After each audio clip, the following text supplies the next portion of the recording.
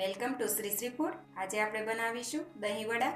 આ દહીં વડાની અંદર આપણે સોડા, ઈનો અથવા તો બેકિંગ સોડા કાંઈ પણ યુઝ નહીં કરીએ તો પણ તે એકદમ નરમ દહીં વડા બનશે। તો ખૂબ જ આસાનીથી નરમ દહીં વડા બની જાય તેની શરૂઆત કરીશું। તો તેના માટે અહીંયા મેં 1 કપ અડદની દાળ અને અડધો કપ મગની દાળ લીધેલી છે। સૌપ્રથમ આપણે એક બાઉલમાં અડદની દાળ નાખીશું, તેમાં પાણી નાખી અને તેને ધોઈને તૈયાર કરીશું।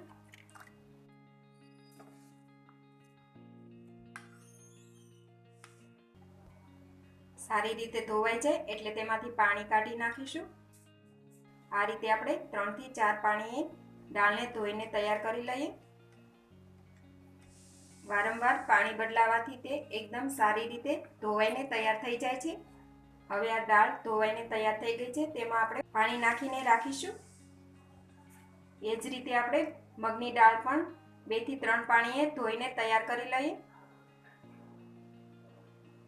અને તેમાં પણ પાણી ભરીને હવે આ બંને દાળને આપણે 4 થી 5 કલાક માટે પલળવા માટે મૂકી દઈશું। હવે આપણી બંને દાળ સરસ આ રીતે 5 કલાક પછી પલળીને સરસ તૈયાર થઈ ગઈ છે। મગની દાળ પણ સરસ પલળી ગઈ છે। હવે મિક્સર જાર લઈ તેમાં આપણે દાળને આ રીતે પાણી નિતારી જારમાં લઈ લઈએ। દાળને આપણે આ રીતે પાણી નિતારીને જ લેવાની છે, પછી તેને પીસીને તૈયાર કરી લેવી। હવે અડદની દાળને આપણે પીસીને તૈયાર કરીએ। અડદની દાળ પીસાયેલી એક બાઉલમાં લઈ લઈએ।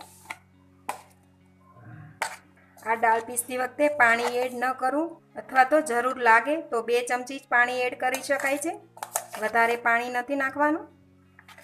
એ જ રીતે આપણે મગની દાળ પણ પીસી લઈએ। આ દાળને પણ આપણે આ જ રીતે પાણી નિતારીને પીસી લેવાની છે।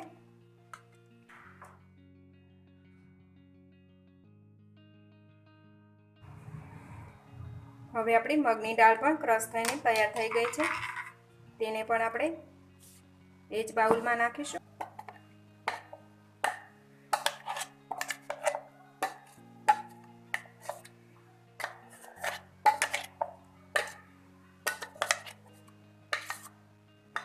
આ રીતે બંને દાળ પીસીને તૈયાર કરી લીધેલી છે, તેને હવે સારી રીતે મિક્સ કરી લઈએ।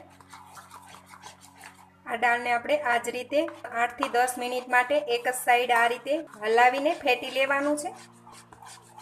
આ રીતે કરવાથી આ ખીરું એકદમ ફ્લફી થઈ જશે।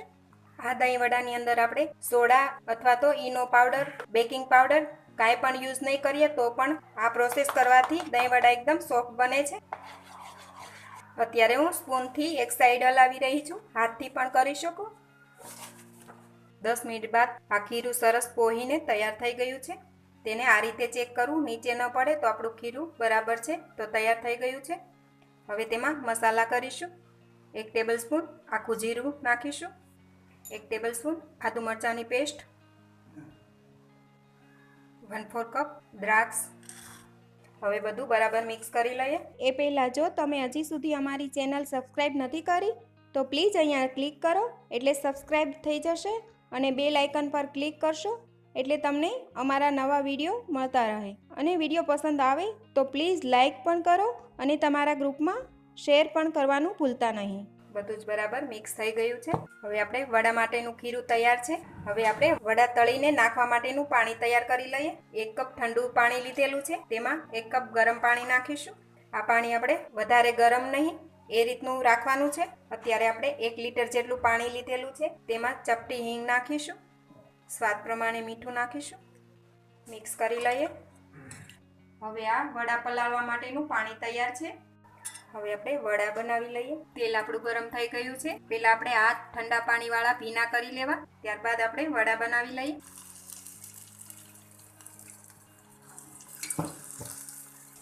વડા બનાવીને તરત આપણે તેના ઉપર આ રીતે તેલનો છંટકાવ કરવો।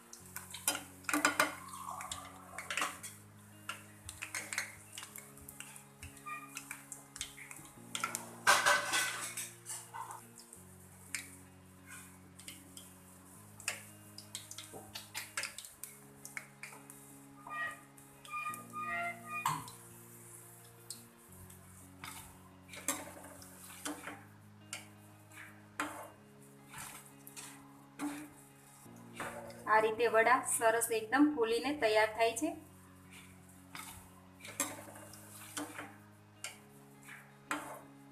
હવે આ વડાને આપણે ગોલ્ડન બ્રાઉન થાય ત્યાં સુધી તળીને તૈયાર કરી લઈએ.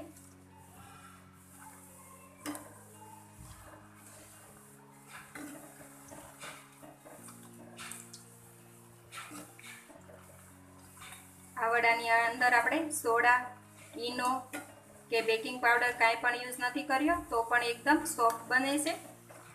તમે જોઈ શકો છો વડા એકદમ સોફ્ટ છે.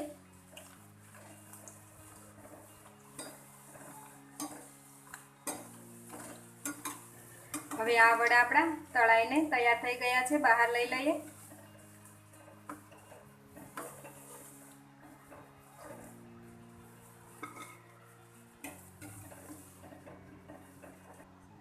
વડાને આપણે જે પાણી તૈયાર રાખ્યું હતું તેમાં નાખીશું.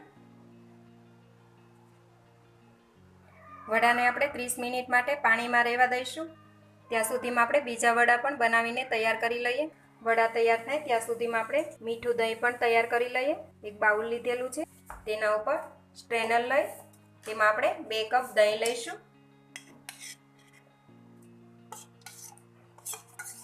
દહીંને આપણે આ રીતે એકદમ સરસ ચાળીને તૈયાર કરી લઈએ.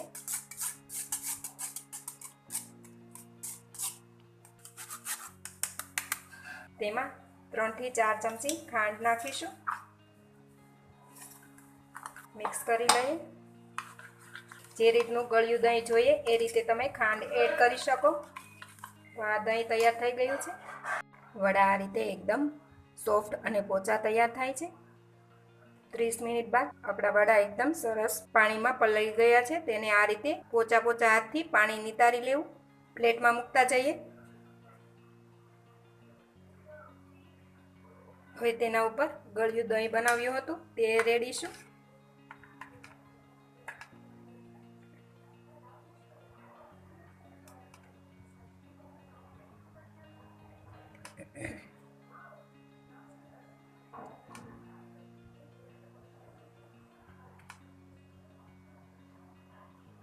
તેના ઉપર જીરું પાવડર,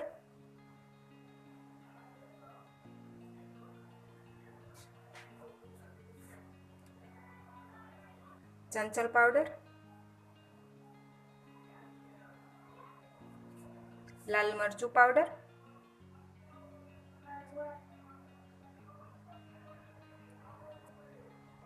આંબલીની ચટણી,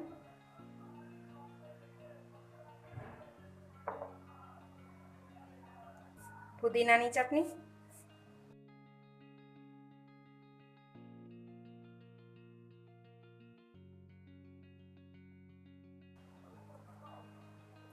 પલાળેલી બુંદી,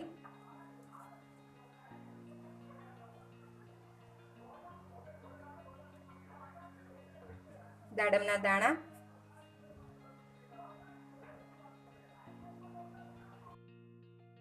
તો તૈયાર છે એકદમ સોફ્ટ, એકદમ નરમ એવા દહીં વડા.